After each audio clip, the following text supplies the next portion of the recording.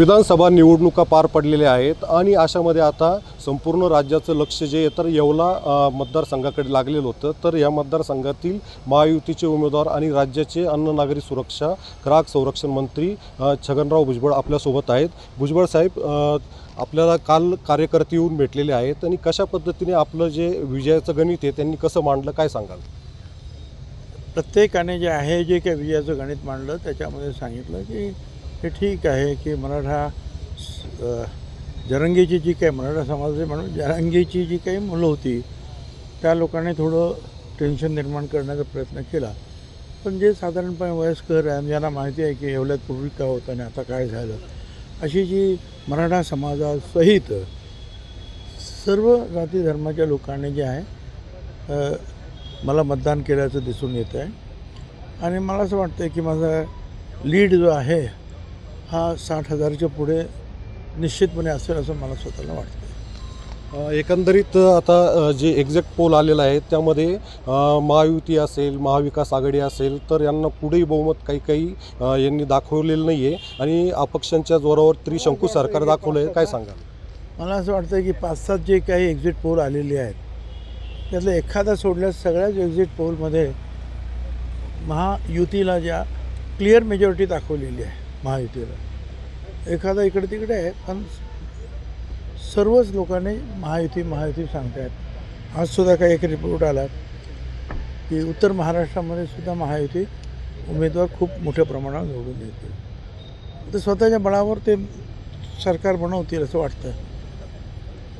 आणि आता ठीक आहे, थोडं जरा 24 तास थांबलं पाहिजे, लक्षात येईल सगळं काय आहे।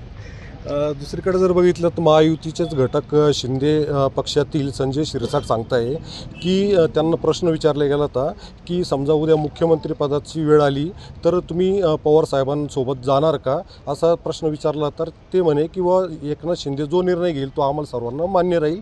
तर कुठंतरी निकाल येण्याच्या अगोदर अशा पद्धतीने महायुतीमध्ये थिंगी पडताना दिसते, काय सांगाल? असं आहे, एकनाथ शिंदे स्वतः म्हणाले का, अजितदादा असं काय म्हणाले का, किंवा फडणवीस असं काय म्हणाले? 3 जे आहेत ह्या युतीचे प्रमुख नेते आहेत, ते जे म्हणतात ते ब्रह्मवाक्य ठरतं।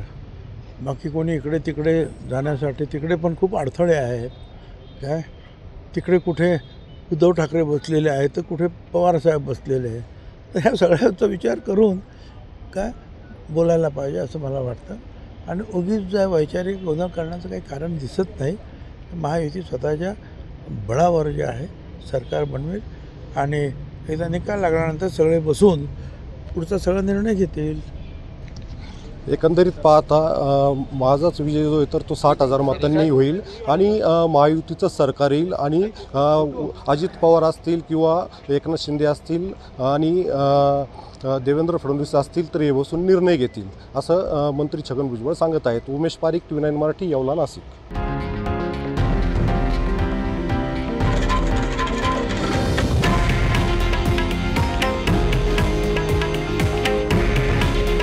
हे आहे देशातील नंबर 1 न्यूज नेटवर्क आणि आपण पाहत आहात TV9 मराठी। काळजी तुमची, हित महाराष्ट्राचं।